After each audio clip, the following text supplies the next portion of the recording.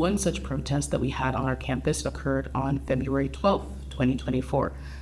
As many people know, the previous night, the occupation began bombing Rafah, where, as I mentioned before, over 1.5 million Palestinians had been forcibly displaced to, and they ended up, killing some 100 people in the span of like 90 minutes. And so we were all up, late at night watching all of this news unfold, and in response, we decided to hold an emergency action to say, that the occupation to get its hands off of Rafah, and also to call on MIT to cut its ties with the IOF. And so we had that action the following day on Monday. We had over 100 people turn out with, less than 12 hours notice.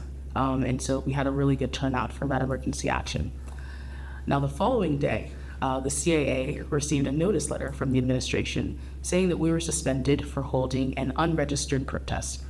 And so at MIT, the protest policy states that you must meet with institute officials, reserve an approved protest location, and register the protest at least 3 business days in advance, which, when you think about it, is an absolutely unreasonable restriction to put in place.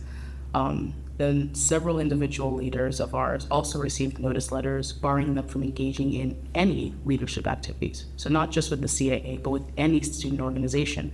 And this is really an attempt to remove us as visible leaders from student life in any capacity, not even just in political capacities, but in any capacity.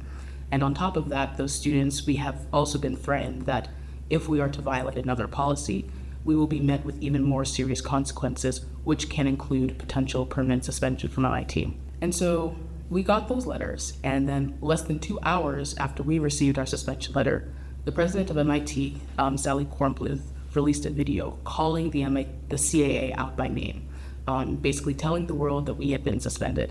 And to my knowledge, I think this is the first time that the president of MIT has chosen to publicize what is typically an internal disciplinary matter, which took many on the campus by shock. But in a lot of ways, I think it's not particularly surprising. When she made that video, she didn't make that video to talk to us or to talk to the majority of the campus community.